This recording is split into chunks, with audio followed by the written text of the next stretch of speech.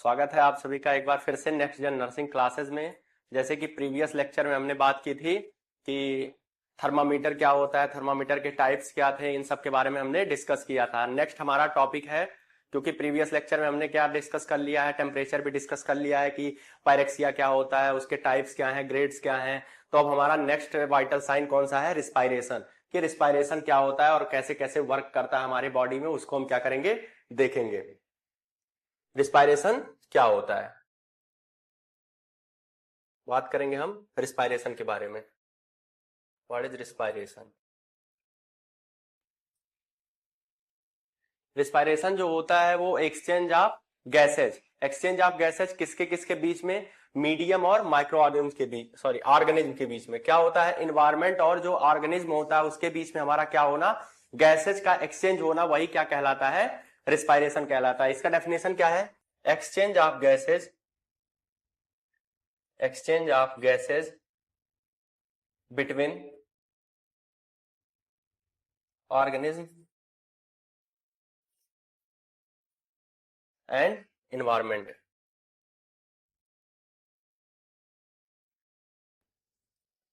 इसका मतलब क्या होता है? Exchange of gases. एक्सचेंज मतलब जो होता है गैसेज का क्या होना, आदान प्रदान होना, किसके बीच में, हमारे वातावरण और ऑर्गेनिज्म के बीच में। ऑर्गेनिज्म कौन है? ऑर्गेनिज्म जैसे ह्यूमन बॉडी हो सकती है, ह्यूमन हो सकते हैं, एनिमल हो सकते हैं, ये सब क्या होते हैं, हमारे ऑर्गेनिज्म है। और किसके द्वारा? इन्वायरमेंट के द्वारा जो गैसों का आदान प्रदान हो रहा है, किसके थ्रू? इन्वायरमेंट के थ्रू, हमारे ऑर्गेनिज्म में, हमारे इंसान के उसमें, उसको क्या बोलेंगे हम, रिस्पायरेशन बोलेंगे। ये किसके किसके द्वारा हो सकता है? हमारे नोज के द्वारा भी हो सकता है, हमारे माउथ के द्वारा भी हो सकता है। नेक्स्ट हम देखेंगे कि इसमें कुछ मैकेनिज्म होते हैं। रिस्पायरेशन में कुछ मैकेनिज्म होते हैं जिनको हम क्या कहते हैं, वेंटिलेशन कहते हैं और डिफ्यूजन कहते हैं और परफ्यूजन कहते हैं। कि वेंटिलेशन क्या होता है, डिफ्यूजन क्या होता है और परफ्यूजन क्या होता है। वेंटिलेशन मतलब होता है कि एक्सचेंज ऑफ गैसेज, जो एक्सहेल और इनहेल हम करते हैं, एक्सहेल और इनहेल, जो प्राइमरी हम प्रोसीजर करते हैं, एक्सहेल एंड इनहेल, ये हमारा प्राइमरी होता है, जो हमारे नोज और इन्वायरमेंट में ही हो रहा है। ये पहला हमारा मैकेनिज्म है वेंटिलेशन। सॉरी, वेंटिलेशन जो होता है वो क्या होता है, एक्सहेल एंड इनहेल होता है, जो हम क्या करते हैं, डायरेक्ट इन्वायरमेंट से लेते हैं। और हमारा जो डिफ्यूजन होता है, डिफ्यूजन किसके किसके बीच में होता है, हमारे एल्वियोलाई एंड टिश्यू के बीच में।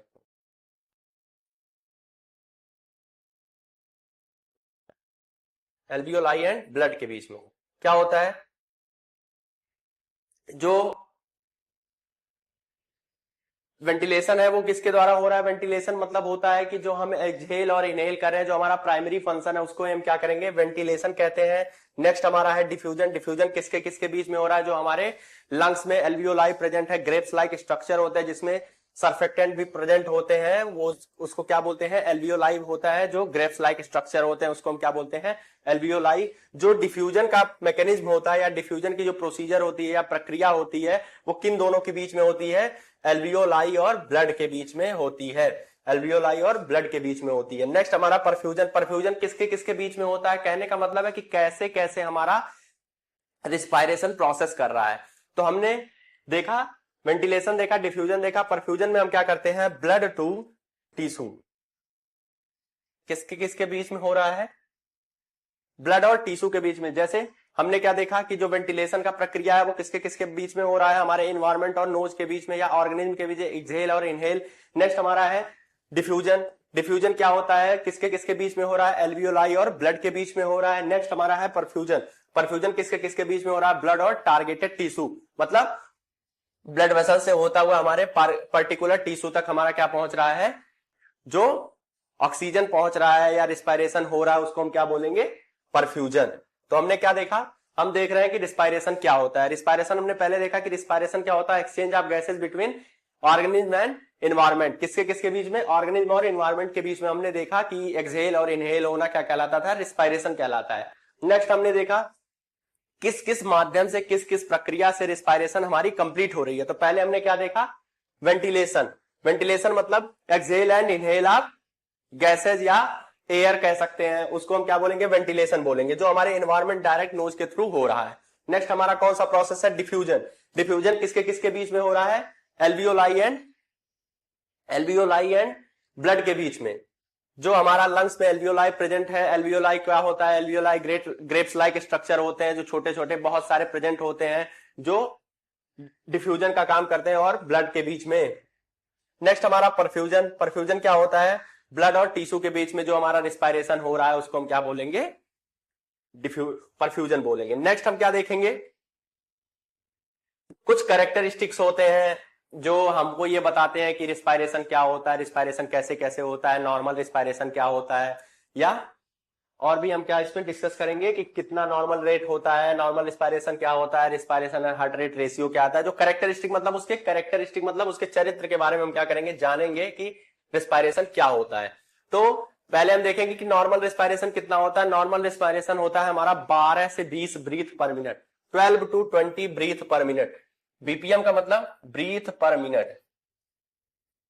ब्रीथ पर मिनट कितना रिस्पायरेशन हम करते हैं एक मिनट में? जो एडल्ट होते हैं, हम इनका एडल्ट की बात कर रहे हैं। जब भी हम अपना मेडिकल या कुछ भी पढ़ते हैं तो हम मोस्टली, जब तक हमारे पेपर में डिस्कस नहीं किया गया है कि न्यू बॉर्न या चाइल्ड के बारे में बताइए, हमेशा हमको ऑप्शन कौन सा टिक करना है? हमेशा मेडिकल, सर्जिकल नर्सिंग या एडल्ट हेल्थ नर्सिंग को ही हमें टिक करना है। जब तक हमको मेंशन नहीं किया जाता है कि पीडियाट्रिक पूछा जा रहा है या ओल्ड एज पूछा जा रहा है, तो हमको हमेशा एडल्ट का ही लेके चलना है। तो एडल्ट का क्या है?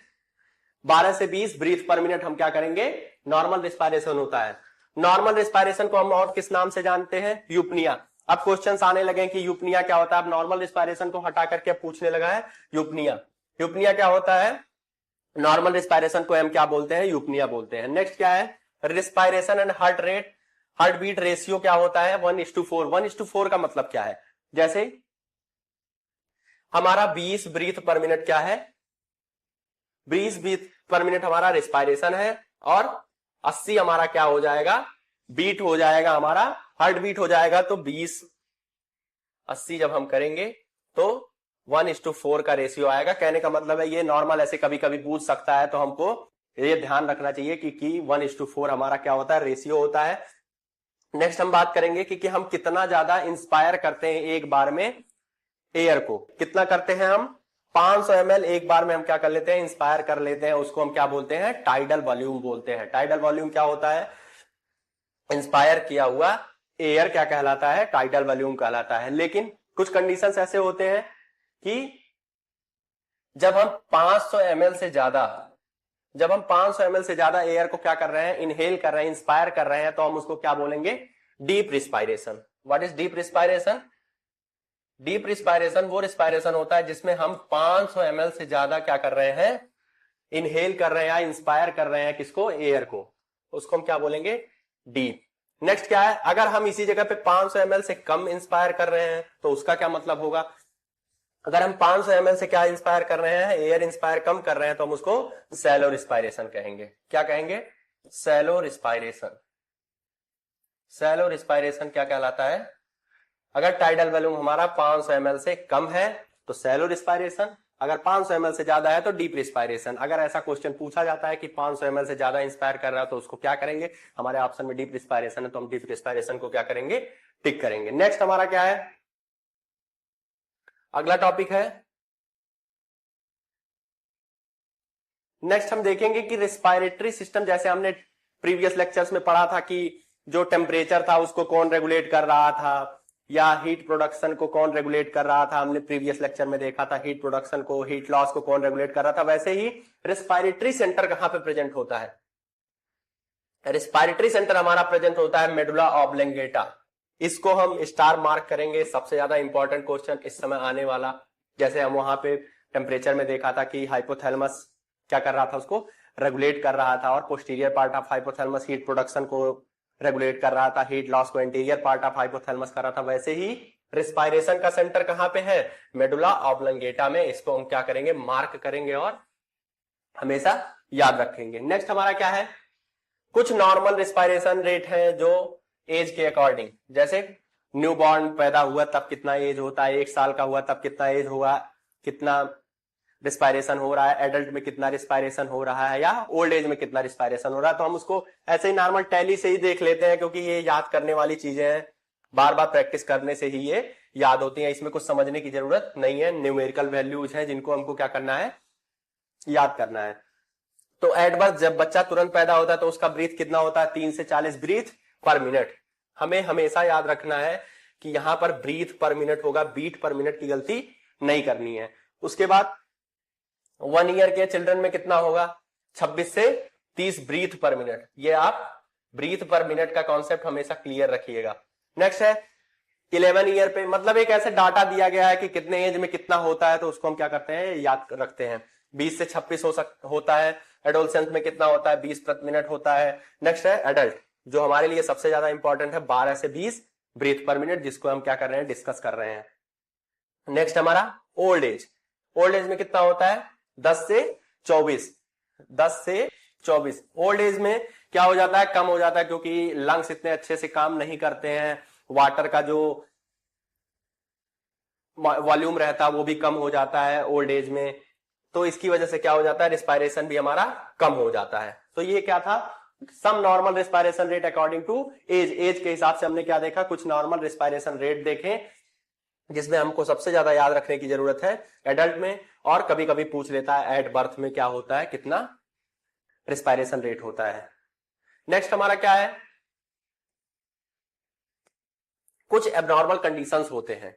कुछ एबनॉर्मल कंडीशंस क्या हो गए, कुछ एबनॉर्मल कंडीशन जैसे ट्रैकीपीनिया, ब्रैडीपीनिया, एपनिया और आर्थोपनिया, ये सब क्या होते हैं, एक प्रकार के एबनॉर्मल कंडीशंस होते हैं जो हमारे बॉडी में शो होते हैं, जो किसी प्रॉब्लम की वजह से। तो हम उसके बारे में डिस्कस कर लेते हैं। जो ट्रैकीपीनिया क्या होता है, ट्रैकीपीनिया मतलब होता है जब भी ट्रैकी वर्ड लग गया तो उसका मतलब होता है किसी चीज का क्या होना, इंक्रीज होना। किसी चीज का क्या होना है, टैकीपीनिया, इंक्रीज होना। और जब पीनिया वर्ड लग जाएगा तो पीनिया का मतलब क्या होता है, रिस्पायरेशन। जैसे हम टैकीकार्डिया पढ़ते हैं, ब्रेडिकार्डिया पढ़ते हैं, आगे के लेक्चर में हम डिस्कस करेंगे कि पल्स क्या होता है, पल्स के एबनॉर्मल पल्स क्या होता है, नॉर्मल पल्स क्या होता है। तो वहां पे टैकीकार्डिया की बात करेंगे, और हम रिस्पायरेशन में किसकी बात कर रहे हैं, टैकीपीनिया की बात कर रहे हैं। जब more than 24 breath per minute, more than 24 breath minute का मतलब जब हमारा रिस्पायरेशन इंक्रीज हो जाएगा कितना, 24 से ज्यादा, 24 ब्रीथ पर मिनट से ज्यादा अगर इंक्रीज हो गया है तो हम उसको किस कंडीशन में रखेंगे, टैकीपीनिया में। नेक्स्ट है ब्रैडीपनिया। व्हाट इज ब्रैडीपनिया, जब हमारा रिस्पायरेशन रेट 10 से भी कम हो जाएगा। 10 मतलब 10 से भी क्या कम हो जाएगा, ब्रीथ हमारा कम हो जाएगा, उसको हम किस में रखेंगे, ब्रैडीपनिया में। वैसे ही ब्रैडीकार्डिया होता है, ठीक, लेस देन 60 से। नेक्स्ट हमारा डिस्पनिया। डिस्पनिया जब भी DYS वर्ड हमारे मेडिकल टर्मिनोलॉजी में लगता है, what is the meaning of DYS, DYS का मतलब होता है डिफिकल्टी। डिफिकल्टी, ये वर्ड जब भी दिखेगा, डिस मतलब ही डिफिकल्टी से ही डिनोट करेंगे हम। नेक्स्ट है डिस्पनिया। डिस्पनिया क्या होता है, लेबर्ड ब्रीथिंग मतलब difficulty in breathing. Difficulty in breathing क्या होता है, डिस्पनिया मतलब डिफिकल्टी इन ब्रीदिंग। नेक्स्ट है हमारा एपनिया। एपनिया क्या होता है, जब भी हमारे मेडिकल टर्म में ए वर्ड लग जाता तो ए का मतलब होता है एब्सेंट। एब्सेंट होना किसका, रिस्पायरेशन का एब्सेंट होना। लेकिन ऐसा नहीं है कि रिस्पायरेशन हमेशा के लिए एब्सेंट हो जाएगा, किसी पीरियोडिक टाइम पे। पीरियोडिक टाइम मतलब किसी पर्टिकुलर टाइम पे क्या हो जाना, किसी रिस्पायरेशन का क्या हो जाना, कम, खत्म हो जाना या एब्सेंट हो जाना, उसको क्या बोलेंगे, एपनिया, पीरियोडिक एब्सेंस। ये किसमें मेनली किसमें देखा जाता है, चाइन स्ट्रोक रिस्पायरेशन में, जो हम आगे डिस्कस करेंगे कि चाइन स्ट्रोक रिस्पायरेशन क्या होता है। नेक्स्ट हमारा आर्थोपनिया। प्रेजेंट टाइम में सबसे ज्यादा क्वेश्चन इसी से पूछा जाता है कि आर्थोपनिया क्या होता है। आर्थोपनिया क्या होता है, आर्थोपनिया ये होता है कि जैसे आर्थोपनिया में सुपाइन पोजीशन में पेशेंट लेटा हुआ है और उसको लेबर्ड ब्रीथिंग हो रही है या डिफिकल्टी इन ब्रीदिंग हो रही है, जैसे ही हम उसको क्या करेंगे, सिटिंग पोजीशन में या स्टैंडिंग पोजीशन में कर देंगे, वैसे ही उसका रिस्पायरेशन क्या हो जाएगा, नॉर्मल हो जाएगा। कहने का मतलब है, अगर पेशेंट सुपाइन पोजीशन में लेटा है, सुपाइन पोजीशन में पेशेंट लेटा है और डिफिकल्टी हो रही है, डिफिकल्टी हो रही है, तो हम उसको क्या करेंगे, सिटिंग या स्टैंडिंग पोजीशन में, जो मेन उसका होता है सिटिंग, और स्टैंडिंग पोजीशन में हम क्या करेंगे, पेशेंट को कन्वर्ट कर देंगे सुपाइन पोजीशन से। तो उसके बाद क्या हो जाएगा, वो उसका रिस्पायरेशन नॉर्मल हो जाएगा। कहने का मतलब है कि हमने क्या किया, उसके कंडीशन या उसके पोजीशन को चेंज किया, जिसकी वजह से उसका क्या हो गया, रिस्पायरेशन नॉर्मल हो गया। तो आर्थोपनिया का मतलब यही है कि किसी पर्टिकुलर पोजीशन की वजह से जब हमारे रिस्पायरेशन में प्रॉब्लम क्रिएट होती है और उसको पोजीशन चेंज करने पे अगर रिस्पायरेशन रेट हमारा नॉर्मल हो जाता है, दिस इज कॉल्ड ऑर्थोपनिया। सबसे ज्यादा सिटिंग और स्टैंडिंग पोजीशन, कभी कभी यहाँ पे ट्राइपॉड पोजीशन भी लिख के आ सकता है, ट्राइपॉड पोजीशन भी लिख के आ सकता है, तो ट्राइपॉड पोजीशन भी सही होता है, जो टेबल पे रख के हम क्या कर सकते हैं, उसका हैंड रख सकते हैं, तो वो एक प्रकार का क्या होता है, ट्राइपॉड पोजीशन, जिसमें हम क्या कर सकते हैं, रिस्पायरेशन रेट को नॉर्मल कर सकते हैं। नेक्स्ट हमारा हाइपर वेंटिलेशन। हाइपर वेंटिलेशन क्या होता है, हाइपर वेंटिलेशन में increase depth and increase rate. Increase rate क्या होता है इसमें, हाइपर वेंटिलेशन में, हाइपर मतलब कभी जब भी हमारा हाइपर वर्ड लगेगा, हाइपर का मतलब ही होता है क्या, ज्यादा, हाइपर वेंटिलेशन मतलब ज्यादा, क्या हो जाना हमारा रेट और डेप्थ, डेप्थ और क्या रेट दोनों ही क्या हो रहा है, इंक्रीज हो रहा है इस कंडीशन में, this is called hyperventilation. किस कंडीशन में हो सकता है, any type of stress, exercise, इन सब की कंडीशन में हमारा क्या हो सकता है, एक्सेसिव एक्सरसाइज, नॉर्मल एक्सरसाइज में तो ठीक है, प्रेगनेंसी में भी ठीक होता है, तो हम क्या देख सकते हैं, हाइपर वेंटिलेशन क्या होता है, इंक्रीज डेप्थ एंड रेट, जो हमारा रिस्पायरेशन का डेप्थ है, डेप्थ मतलब बहुत तेजी से गहरी सांस लेना, डेप्थ उसमें बढ़ रहा है, या रेट हमारा बढ़ जाए बहुत जल्दी जल्दी सांस लेने की वजह से, तो this is called hyper ventilation. Hypoventilation, जैसे हाइपर का मतलब बढ़ना, हाइपो मतलब कम होना, बेसिक सी बात है, हाइपोवेंटिलेशन मतलब किसी चीज का क्या होना, depth and rate both are decrease, both are decrease, क्या है, बोथ आर डिक्रीज, क्या होगा हाइपोवेंटिलेशन में, डेप्थ और रेट दोनों क्या होंगे, डिक्रीज होंगे, उस कंडीशन को हम क्या करेंगे, हाइपोवेंटिलेशन कहेंगे। नेक्स्ट हमारा क्या है, हमने अब नॉर्मल कंडीशन देखा था कि नॉर्मल रेट और रिदम के हिसाब से, नेक्स्ट हम देखेंगे कि ऑक्सीजन लेवल के हिसाब से। ऑक्सीजन लेवल क्या मतलब, जब भी ऑक्सीजन सेचुरेशन हम चेक करते हैं, रिस्पायरेशन अगर हम हाई एल्टीट्यूड में जाते हैं तो क्या हो जाता है, हमारा रिस्पायरेशन रेट ज्यादा हो जाता है या कम हो जाता है, उसकी वजह से देखने को मिलता है। तो हम क्या किसके अभी तक अब नॉर्मल देख रहे थे कि रेट और रिदम के हिसाब से, नेक्स्ट हम देखेंगे ऑक्सीजन के लेवल के हिसाब से, हम क्या देखेंगे, कुछ टर्मिनोलॉजीज देखेंगे क्या होता है। एनॉक्सिया क्या होता है, what is anoxia, absence of oxygen in tissue, पूरी तरह से एब्सेंस होना, क्या होता है, एनॉक्सिया मतलब होता है absence of oxygen in tissue, tissue में क्या हो जाना, ऑक्सीजन का कम हो जाना या पूरी तरीके से खत्म हो जाना। व्हाट इज हाइपोक्सिया, ये बेसिक बेसिक टर्म है जिनको हमको रिपीट करते रहना है, तभी हम इसको क्या कर सकते हैं, कमांड इस पे पा सकते हैं, एक बार के पढ़ने से नहीं होता है, क्योंकि कंफ्यूजन वाले टॉपिक होते हैं, हाइपोक्सीमिया क्या होता है, एनॉक्सिया क्या होता है, बेसिक से क्वेश्चन पूछ सकता है, उसको हमको गलत करके नहीं आना है। नेक्स्ट है हाइपोक्सिया। हाइपोक्सिया क्या, हाइपोक्सिया क्या होता है, lack of oxygen in, lack of oxygen in tissue, क्या होता है, यहां पे absence of O2 in tissue था, एब्सेंस मतलब पूरी तरीके से खत्म, लैक मतलब अभी इनसफिशियंसी हो रही है, इनसफिशियंसी मतलब किसी चीज की कमी हो रही है, ठीक। नेक्स्ट है एनॉक्सीमिया। एनॉक्सीमिया मतलब क्या होता है, insufficient O2 of the blood, क्या होता है, ब्लड में इनसफिशियंट मात्रा में क्या होना, ऑक्सीजन का होना। ईमिया वर्ड का मतलब, जब भी ईमिया वर्ड लगेगा मतलब ब्लड, ब्लड में क्या हो रहा है, इनसफिशियंट ऑक्सीजन पहुंच रहा है, उसको हम क्या बोलेंगे, एनॉक्सीमिया। नेक्स्ट हमारा क्या है, cyanosis. What is cyanosis, cyanosis बहुत ही बेसिक टर्म है, जिसको हम क्या कहते हैं, ब्लूइश डिस्कलरेशन ऑफ स्किन, क्या होता है, bluish discoloration, bluish discoloration of skin, ये क्या होता है और कब होता है। ब्लूइश डिस्कलरेशन ऑफ स्किन कब होता है, जब हमारे पर्टिकुलर जगह पे ऑक्सीजन की डिमांड बढ़ जाती है, वहां पे ऑक्सीजन नहीं पहुंच पाता है, किसी भी प्रकार का प्लेग का फॉर्मेशन हो गया है, या किसी भी प्रकार की आर्टरी रप्चर हो गई है, उस जगह पे हमारा क्या हो रहा है, किसी प्रकार का ब्लॉकेज जब हो जाता है, ब्लॉकेज हो गया, आर्टरी ब्लॉकेज हो गई, वेसल्स ब्लॉक हो गए, तो उसकी वजह से हमारा क्या हो गया, उस पर्टिकुलर जगह पे जब हमारा ऑक्सीजन नहीं पहुंच पाता है, तो उस जगह पे क्या हो जाता है, ब्लूइश डिस्कलरेशन देखने को मिलता है हमारे स्किन पे।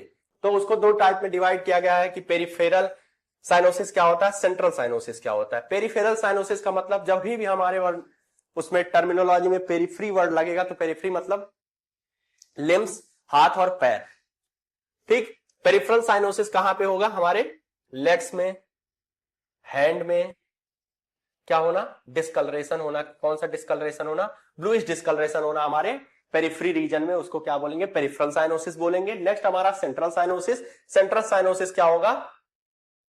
माउथ के म्यूकस मेम्ब्रेन में,